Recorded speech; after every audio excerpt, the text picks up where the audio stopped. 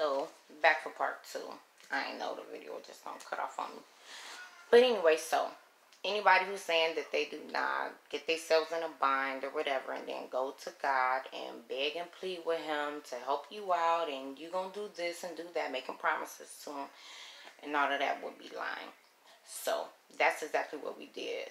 We would go to God begging and pleading for him to, well, our ancestors, begging and pleading for him to correct this, help us with that, and we would do right and all that.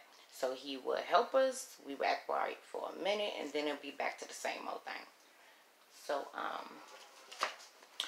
that is what was going on during that time. What was the other thing that I was discussing for that? Oh, as far as it being a history book. So, when we lost that war, God had already put in there the curses. Go to Deuteronomy 28.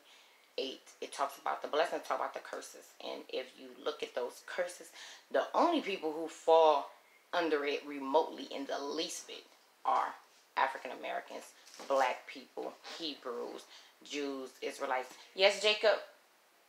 Yeah. You just came in here. Was there something that you wanted to say? Yeah, of course. Alright, so, right, the curses that I identified. Oh, God also, though, told us how we could fix it, the curses that we fell under. And he took me there because I was talking to God. I was struggling with some things, and I was praying to him. This was probably about, like, 2 years ago. And I prayed to him and just asked him, like, yo, I need some answers. What's up? So he had took me to a couple of places in Scripture. That was one of them. But then he also took me to... Oh, and if y'all want the scriptures, want me to go get the scriptures, post the scriptures, or even make a video reading the scriptures, I will do that. And I think for the other videos, now on, if I do anything concerning God, the Bible, I'm going to just do that automatically, but I haven't done it yet. So anyway, he said that if my people who are called by his name shall hearken to his voice and cry out to their Lord, turn away from their sin, and serve him, then he will heal them and heal their land. And that's what we need to have to do. We have to turn back to our God like we did then, hearken to his voice, and he will heal our land. He will heal us. He will heal our people. And he has shown us that plenty of times. When we went into captivity with the Arabs, it was Moses, God. We cried and cried out to God. In Scripture it says that we cried and it reached up to the heavens, and God sent us a person to help lead us from out of that captivity, which was Moses. And he's put plagues among the Arabs for us to be released. He did it then.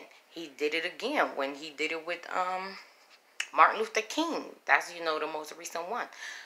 We cried, our prayers reached heaven, and he used Martin Luther King as well as some other great leaders to help lead us from out of that. And there's been other ones in between then where God came to our rescue, and he will do it again. He already said that he will heal our lands. He will heal us if we just turn back to him. So this is why I can still serve a God, although judgment has came on my people. Yes, was I upset? Of course. Was I angry and hurt and didn't understand? Initially, yes. But then that's when I thought about, like, you know what? He is God. He is a God. The one true God. He can do whatever the heck he wants. This is his creation who are not doing what he asked or told us to do. He can put whatever judgment he wants on us. And then I looked at the fact, because at first I kept thinking, like, 400 years though, like, and the wild, crazy stuff that has happened to our ancestors. I was just like, really, God? Like, that's what was justifiable? And actually, yes, it is. And 400 years really isn't that long when you look in the grand scheme of things, as far as time and as far as how long humanity has even existed, and as far as how long time is. If God is infinite, right? He's forever and ever. 400 years is technically a drop in a bucket. If you look at the history of mankind as far as how long we have been on the earth and was created, 400 years is really not that long. It's really not. So then when I started looking at it like that, I'm like, well, I can't really hold that against God. He's God. He can do whatever he wants. Number two, he gave us time and time and time and time and time again to get it right. Consequence came. Do I feel it was somewhat harsh? I guess, but not really that harsh when we still have the opportunity to live the rest of our lives, which I mean by the rest of our lives is when we leave this physical realm, because we only here in this physical realm for a short amount of time. The average human lives 70 to be 75 years old. So technically 400 years, that was really only four and a half, 5 generations out of hundreds and hundreds of generations. It really wasn't that big in that magnitude as far as what concerns God and how he chose to deal with his people. And then we're going to go on to spend the rest of eternity in heaven with him. So when I started looking at it like that, that's when I humbled myself, came back to my senses. Like, you know what, God, forgive me for, even coming to you with a little attitude and stuff. But that's the other thing about how great he is, as far as being a God that we can go to him about anything. Like, it's been instances where I have went through stuff and I was angry at God. I would not talk to him. I didn't want to talk to him. I was just really hurt and upset. But what I'm glad is what I learned through those times is that you might as well bring it to him. He already knows anyway. If you try and go around him, over him, under him, it's impossible. You're always going to have to come back and sit at the throne of God. So after the end, I just go to him and I just tell him, since he already know the truth anyway, it's a matter of me acknowledging my truth. And I just go to him, God, I'm upset about this. I don't feel this was right. This was kind that you did. And thank God he's so merciful that I wasn't struck down for even questioning him like that. But he's a God where he will allow us to come and question him. He will allow us to come and say, yo, I'm upset at you. Why did you choose to do this? Why did you choose to allow that? And stuff like that. And he'll give you that understanding. So I just accepted my position as being his creator. I mean, his creation, and his position as being my creator, and bowing to him as my God. So what was the other thing?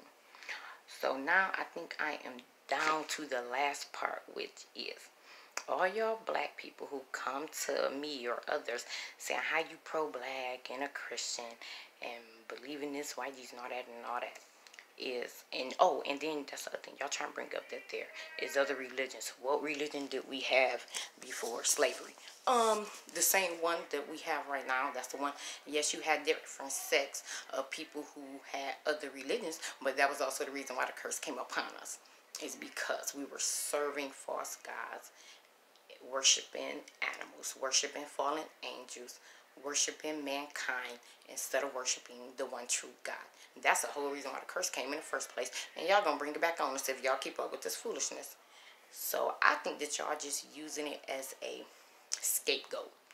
To go back to what Paul Mooney said and what other people say, y'all just using it as a scapegoat because y'all don't want to fall under the guidelines and regulations that God put on us. Which really the crazy part about it is everything that he commands for us to do and how it's to be is for our own benefit. It's for mankind's, humanity's benefit, to just follow his rules. It's all to elevate us.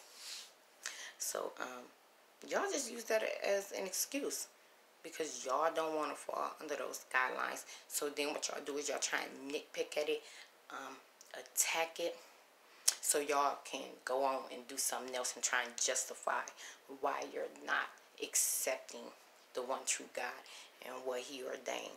And you're going to have to answer for that.